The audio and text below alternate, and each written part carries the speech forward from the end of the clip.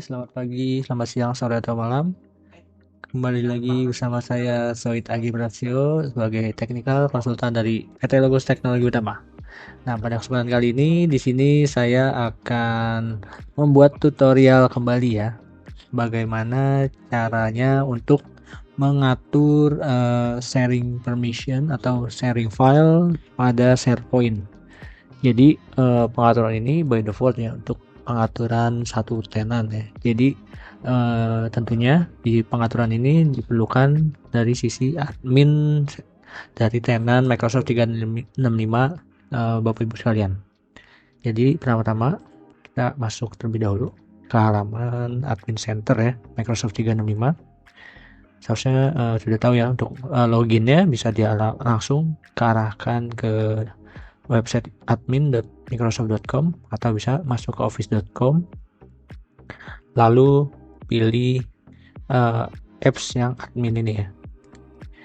Nah, selanjutnya setelah sudah masuk ke halaman admin center, bisa langsung masuk ke halaman setting gitu ya, pilih setting, lalu ke ORG setting.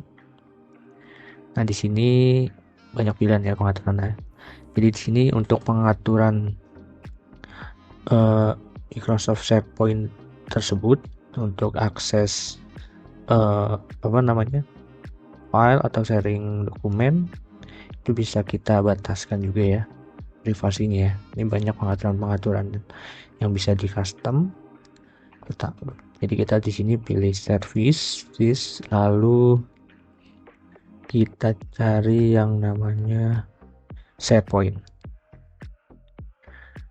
Nah, di sini by default ya untuk pengaturannya settingannya ini adalah anyone. Jadi seluruh user ya atau siapapun di dalam tenan tersebut bisa share file atau folder menggunakan link ya, tanpa harus login atau sign in. Dan di sini bisa diubah untuk pengaturannya. Jadi setiap user yang ingin mengakses file atau folder di SharePoint harus ada 3 pilihan di sini ya. New and existing guest. Jadi harus ditambahkan terlebih dahulu sebagai guest user, lalu nanti akan mendapatkan verification code. Lalu yang kedua di sini ada existing guest only. Jadi ini guest user yang sudah ditambahkan ya di tenan Microsoft 365. Dan selanjutnya di ini untuk yang terakhir ini only people in your organization ya. Jadi ini tidak bisa dibagikan ke user eksternal ya. Jadi hanya untuk satu organisasi saja.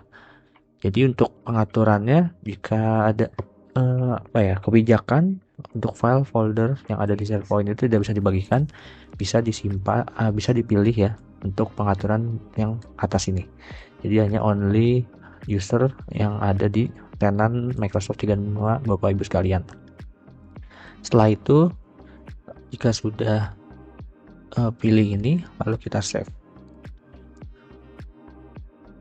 Nah, ini pengaturan ini akan berubah ya secara keseluruhan ya di setiap user Microsoft 365.